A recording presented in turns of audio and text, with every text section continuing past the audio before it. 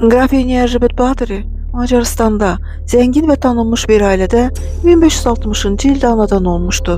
15 yaşında Bathory ailəsi kimi zəngin və səviyyəli olan Ferit Nadişçiyə ərə getdi. Ferit toy hədiyəsi olaraq Elizabethə Naqdiş qəsrini hədiyyə verdi. Onların 6 övladları dünyaya gəldi. 1604-cü ildə əri xəstələndi. 48 yaşında vəfat etdi. Elə öldükdən sonra Qrafinya Elizabeth Bathory haqqında müxtəlif şayələr gəzməyə başladı. Güya o, gənc qızları qulluqçu kimi qəsrə alıb onları öldürüb qanını içirmiş və yaxud gənc qızların qanında çimirmiş. Əskərlər gəlib Bathory'ni tutdular. Bathory'nin gündəlini tapdılar. Orada 650 qızın ismi yazılmışdı. Elə bu gündəlik əsas sübut oldu. Onu öz qəsrində həbsdə tutdular.